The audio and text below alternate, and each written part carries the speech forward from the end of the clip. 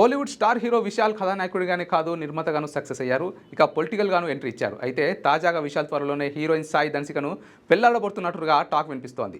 ఇప్పటికే వీరిద్దరు ప్రేమలో ఉన్నారని కోలీవుడ్లో వార్తలు చక్కర్లు కొడుతున్నాయి. అయితే తమపై వస్తున్న వార్తలపై ఇప్పటి వరకు సాయి ధన్సిక కానీ విశాల్ కానీ స్పందించలేదు. అయితే సోమవారం జరిగిన ఓ సినిమా ఈవెంట్లో విశాల్ సాయి ధన్సిక తామిద్దరం పెళ్లి చేసుకోబోతున్నట్లుగా అధికారికంగా ప్రకటించారు. అంతేకాదు పెళ్లి తేదీని సైతం వెల్లడించారు.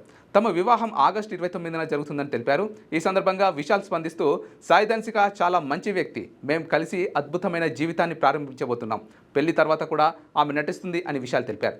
కొంతకాలం క్రితం మా మధ్య పరిచయం మొదలైంది, అది ప్రేమగా మారింది. విశాల్ ఎప్పుడు ఆనందంగా ఉండాలని కోరుకుంటున్నా అని సాయి ధన్సిక పేర్కొన్నారు.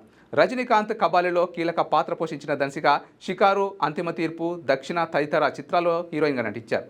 ఇదిలా ఉంటే విశాల్కు గతంలో అనీషా అనే నటితో నిశ్చితార్థం జరిగిన విషయం తెలిసిందే. అనివార్య కారణాల వల్ల వీరి నిశ్చితార్థం రద్దయింది.